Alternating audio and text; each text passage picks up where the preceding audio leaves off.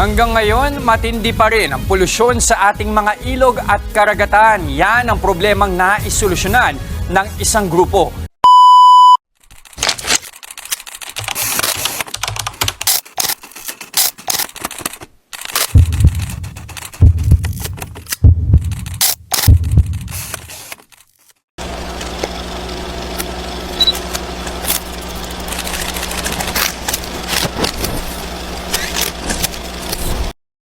Preserving the beauty of the nature and the ocean is a responsibility that we all share.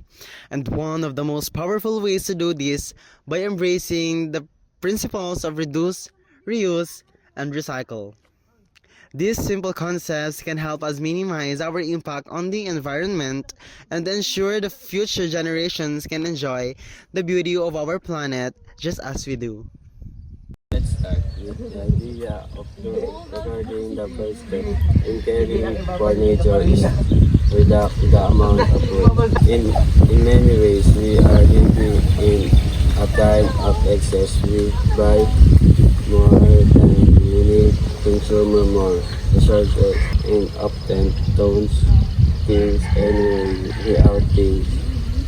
By reduction of our consumption, we can resist the strain of the environment. For example, we can choose to buy only what we church need.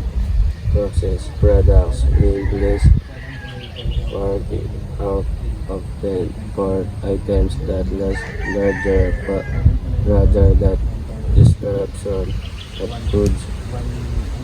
Over time, we make on consumption decision to use this. We are making a positive impact on the environment. Next.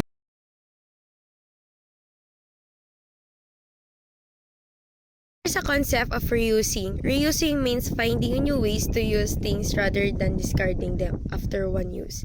For example, instead of throwing away plastic containers or bags, we can repurpose them for other tasks. Old clothes can be donated or turned into something new, like a rug for cleaning or a part of craft project. Reusing items help us cut down on waste, which in turn reduce the need for new resource to be extracted from the earth.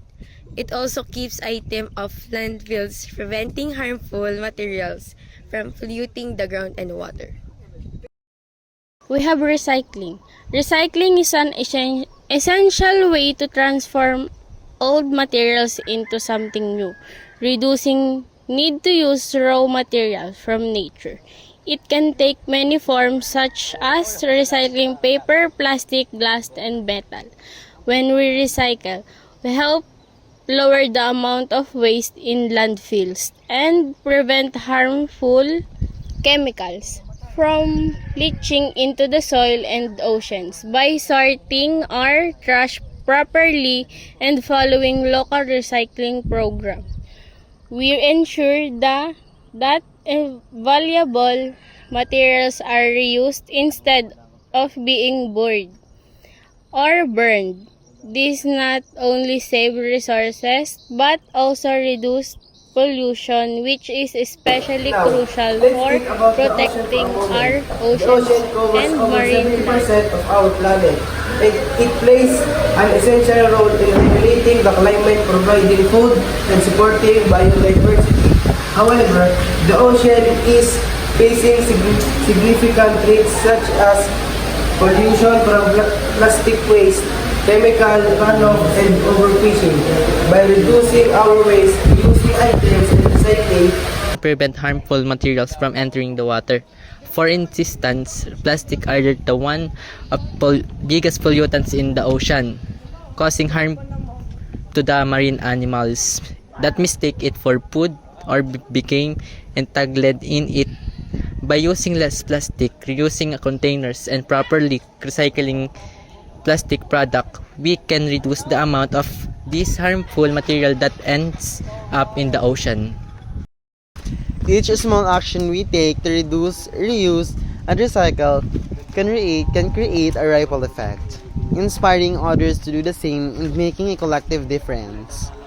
If everyone commits to living more sustainably, the combined impact can be enormous. It's important to remember that caring for the planet doesn't always require big dramatic changes. Even the smallest changes in our daily habits can help protect the environment and preserve the beauty of nature and the ocean for the years to come. So as we move forward, let's commit to acknowledge the importance of these their simple actions.